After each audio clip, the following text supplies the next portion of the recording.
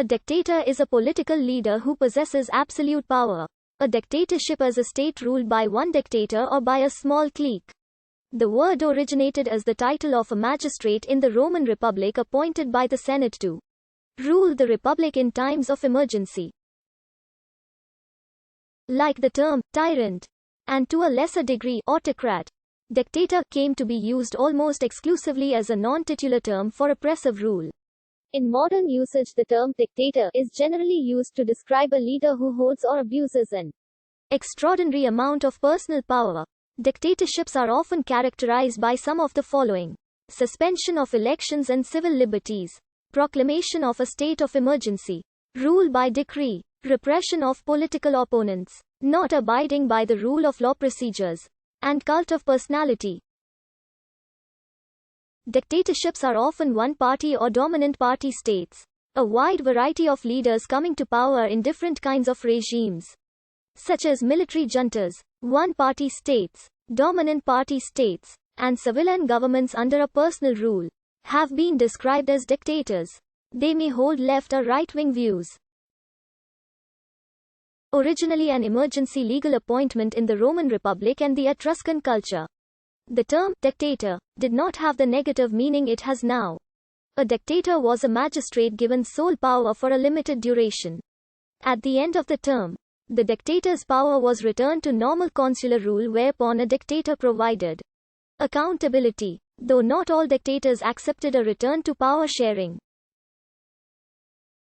The term started to get its modern negative meaning with Cornelius Sulla's ascension to the dictatorship following Sulla's Second Civil War, making himself the first dictator in Rome in more than a century, as well as de facto eliminating the time limit and need of senatorial acclamation.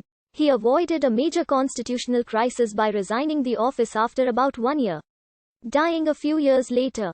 Julius Caesar followed Sulla's example in 49 BC and in February 44 BC was proclaimed dictator perpetuus, dictator in perpetuity, officially doing away with any limitations on his power, which he kept until his assassination the following month. Following Julius' assassination, his heir Augustus was offered the title of dictator, but he declined it. Later successors also declined the title of dictator, and usage of the title soon diminished among Roman rulers.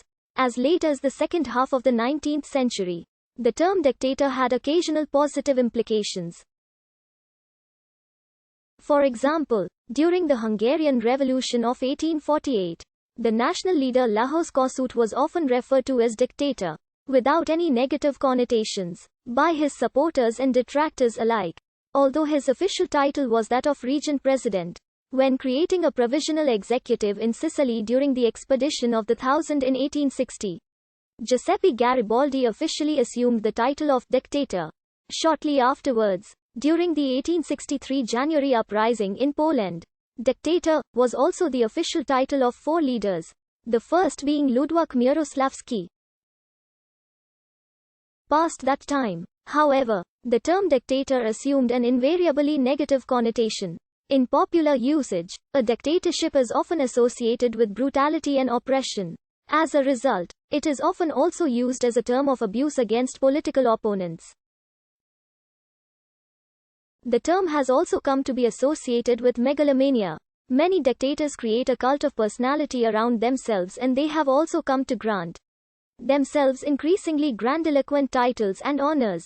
For instance, Idi Amin Dada, who had been a British Army lieutenant prior to Uganda's independence from Britain in October 1962, subsequently styled himself, His Excellency, President for Life, Field Marshal Al-Haji Dr. Idi Amin Dada, V.C., DSO, MC, conqueror of the British Empire in Africa in general and Uganda in particular.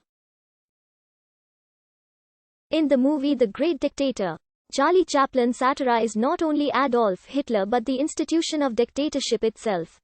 A benevolent dictatorship refers to a government in which an authoritarian leader exercises absolute political power over the state but is perceived to do so with the regard for benefit of the population as a whole, standing in contrast to the decidedly malevolent stereotype of a dictator. A benevolent dictator may allow for some economic liberalization or democratic decision-making to exist, such as through public referenda or elected representatives with limited power, and often makes preparations for a transition to genuine democracy during or after their term.